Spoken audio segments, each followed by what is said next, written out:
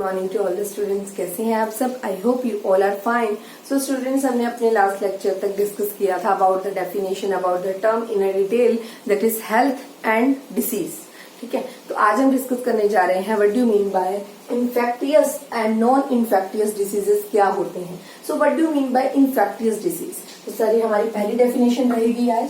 What do you mean by infectious disease? Infectious disease किन्हें बोला जाता है? सो बच्चों, the disease which spread due to infection by microorganisms, ऐसे disease जो कि इन्फेक्शन से फैलते हैं by the microorganism, this is called infectious diseases. It is spread और कम्युनिकेटेड फ्रॉम डिसीज्ड पर्सन। ठीक है, ये स्प्रेड होते हैं और कम्युनिकेटेड होते हैं from disease person to healthy person. ठीक है, तो what do you mean by infectious diseases? The disease which is due to spread by the infection of microorganism. ठीक है, and this will be spread or communicated from diseased person to the healthy person caused by some biological agents that if a person have some pathogen attack like virus attack, bacteria, fungi, worms, किसी का भी attack होता है किसी person के अंदर, तो some diseases are communicable that spread through one person to another person, from that spread from diseased full person to the healthy person. That type of a disease are called infectious diseases. Fine. So now we will discuss about the non-infectious diseases. So नाम से clear है बच्चा? What do you mean by non-infectious diseases? Infectious diseases, तो ऐसे disease जो किसी भी डिसीजफुल person से हेल्दी पर्सन को नहीं होते, वो होते हैं हमारे नॉन इन्फेक्टियस डिसीजेस। तो disease which does not spread by the contact between the infected and a healthy person, does not spread. ठीक है, थ्रू एयर और वाटर। एयर और वाटर से भी अगर किसी पर्सन को डिसीज है तो एयर और वाटर के थ्रू ये नहीं है कि वो दूसरे पर्सन को कम्युनिकेट हो जाएगी। ठीक है, that type of a disease are called non infectious diseases. Example arthritis, heart के जितने भी डिसीज होते हैं वो सब नॉन इन्फेक्टियस डिसीज में आते हैं, जो डिसीज फुल पर्सन से हेल्दी पर्सन को नहीं फैलते। और इन्फेक्टियस डिसीज वो होते हैं जो डिसीज्ड फुल पर्सन से हेल्दी पर्सन को स्प्रेड हो जाते हैं। ये इन्फेक्टियस और ये होते हैं नॉन इन्फेक्टियस। सो एक क्वेश्चन राइज हो सकता है, difference between infectious disease and non infectious diseases. So now we will discuss about the different type of a microorganisms. तो आज हम कुछ डिफरेंट टाइप के माइक्रोऑर्गेनिजम्स की स्टडी करेंगे जिनकी वजह से काफी डिसीज हुए हैं। तो सबसे पहले हम बात करेंगे डिफरेंट टाइप ऑफ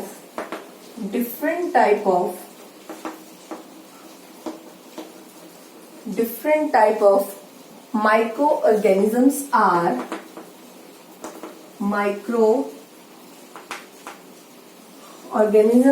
आर ठीक है। सो different type of microorganisms. First one is called SARS virus. ठीक है, or we can say that SARS virus. So SARS virus are coming out of the surface of the infected cells.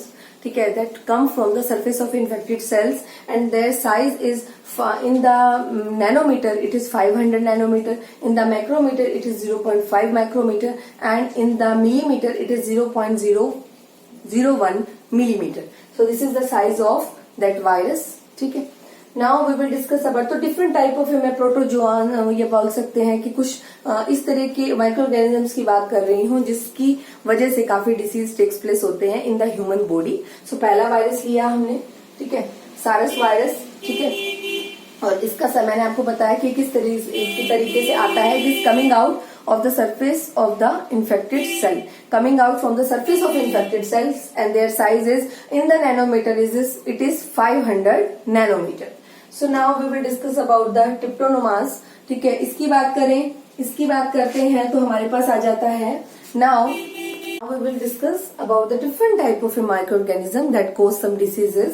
So बहुत से microorganisms हैं जो हमारी body के अंदर disease कोज करते हैं। बहुत से पैथोजेंस हैं like virus, bacteria, protozoans, worms. ठीक है, तो अभी हम वन बाय वन जो आपके सिलेबस में उन्हें डिस्कस करेंगे। तो first one is called SARS virus. So SARS virus are coming out of the surface of the infected cells and its size is near about 500 nanometer. In the nanometer it is 500 nanometer, in the micrometer it is 0.5 micrometer, and in the millimeter it is 0.001 millimeter.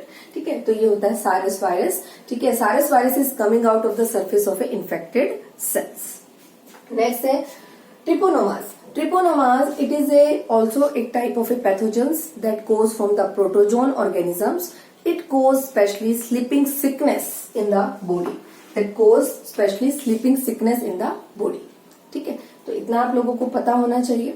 और the square shaped substance lying next to the protozoan, it is red blood cell.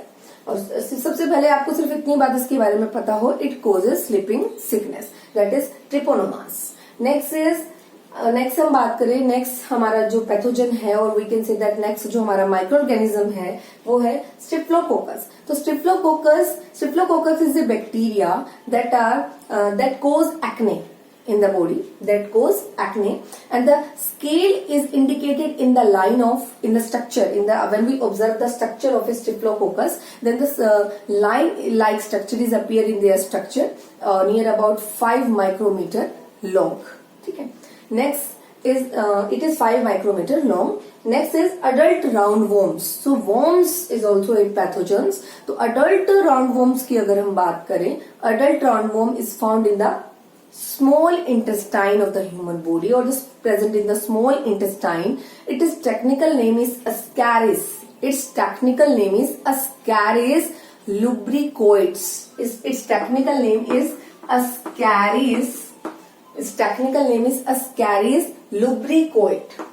ठीक है, you know about that. Its technical name is Ascaris lubricoides. Okay, so you know about the simply Ascaris. It is adult roundworm.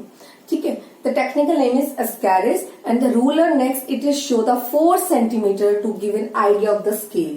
ठीक है, और इसके अलावा adult roundworm है. It is present mainly found in the small intestine. Fine, इतना आपको पता हो. नेक्स्ट आ जाता है बच्चे लेशमीनिया. तो Leishmania is also a protozoan organism. ये किस टाइप का ऑर्गेनिज्म है, ये किस टाइप का पैथोजन है? प्रोटोजोन ऑर्गेनिज्म है that causes काला आजार. that cause काला आजार in the human body. Okay, so the organisms are of near about oval shape. इसके जितने भी ऑर्गेनिज्म होते हैं बच्चे, वो कुछ ओवल शेप के होते हैं, and each has a long wipe like structure. जितने भी होंगे ओवल होंगे और कुछ वाइप लाइक स्ट्रक्चर की तरह प्रेजेंट होते हैं. सबका स्ट्रक्चर आप लोगों को आना चाहिए. ठीक है, स्ट्रक्चर आपको दे दिया जाएगा नोट्स में करने के लिए. सबका स्ट्रक्चर आप ऑब्जर्व करेंगे. तो the organism is oval shape and each has a long wipe like structure. The immune cell is about 10 centimeter in diameter. इसका जो immune cell है ये that is 10 centimeter in diameter, that is called leishmania. So these are the different type of a microorganism that in your syllabus. First one is called Saras virus. Second one is called Trypanosomes is especially for sleeping sickness virus, sleeping sickness protozoan. ठीक है, and Streptococcus is that causes acne, and the adult roundworm that present in the small intestine, and the leishmania we can say that it is protozoan that cause काला आजार. तो students, सबसे पहले आप लोगों को आज मैंने सिखाया what do mean by infectious and non infectious diseases. Infectious diseases आपको पता चले जो एक पर्सन से दूसरे डिसीजफुल पर्सन से हेल्दी पर्सन को स्प्रेड हो सकते हैं, और नॉन इन्फेक्टियस पर्सन वो होते हैं, नॉन इन्फेक्टियस डिसीज वो होते हैं जो डिसीजफुल पर्सन से हेल्दी पर्सन को ट्रांसफर नॉर्मल एयर और वाटर के थ्रू ट्रांसफर नहीं होते.